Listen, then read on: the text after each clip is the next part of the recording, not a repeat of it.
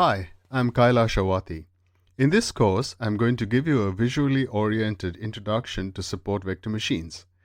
I'll use the abbreviation SVM for support vector machines henceforth.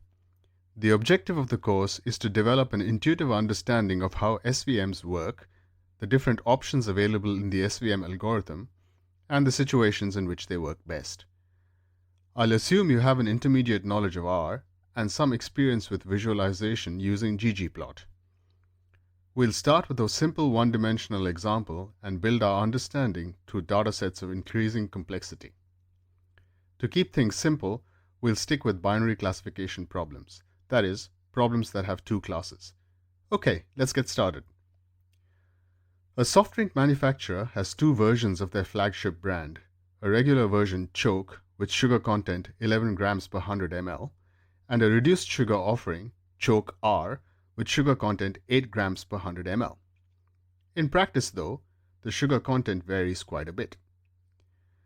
Given 25 random samples of Choke and Choke R, our task is to determine a decision rule to distinguish between the two. Let's see if we can identify such a rule visually. The sugar content data has been loaded into the drink samples data frame, which contains sugar content measurements on a set of samples.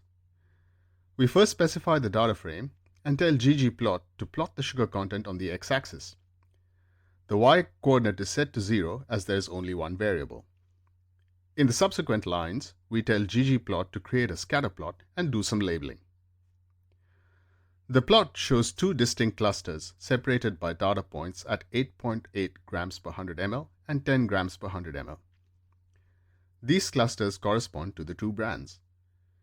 Now, any point lying between these 2 points would be an acceptable separating boundary between the classes.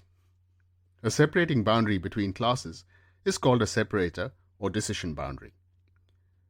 Let's pick 2 points in the interval, say 9.1 and 9.7 grams per 100 ml as candidate decision boundaries. The decision rules for these are shown on the slide. Let's visualize these. We create a data frame with the decision boundaries and add them to the plot using geom_point, distinguishing them from the sample points by making them bigger and coloring them red. Here's the plot. An important concept is that of the margin, which is the distance between the decision boundary and the closest data point. For example, for the decision boundary at 9.1 grams per 100 ml, the closest point is 8.8 grams per 100 ml. So the margin is 9.1 minus 8.8, which is 0.3. You can figure out the margin for the other decision boundary. Now the best decision boundary is one that maximizes the margin. This is called the maximal margin boundary or separator. It should be clear that the maximal margin separator lies halfway between the two clusters. That is, at the midpoint of the line joining the sample data points at 8.8 and 10 grams per 100 ml. Let's add this to our plot. To do this, we create a data frame containing the separator and add it to the plot using geom_point.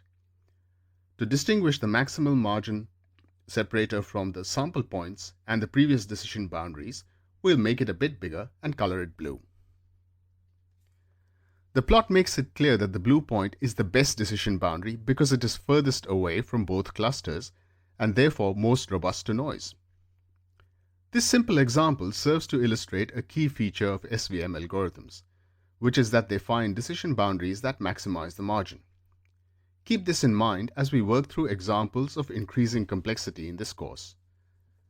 Well, that's it for this lesson. Let's try some examples.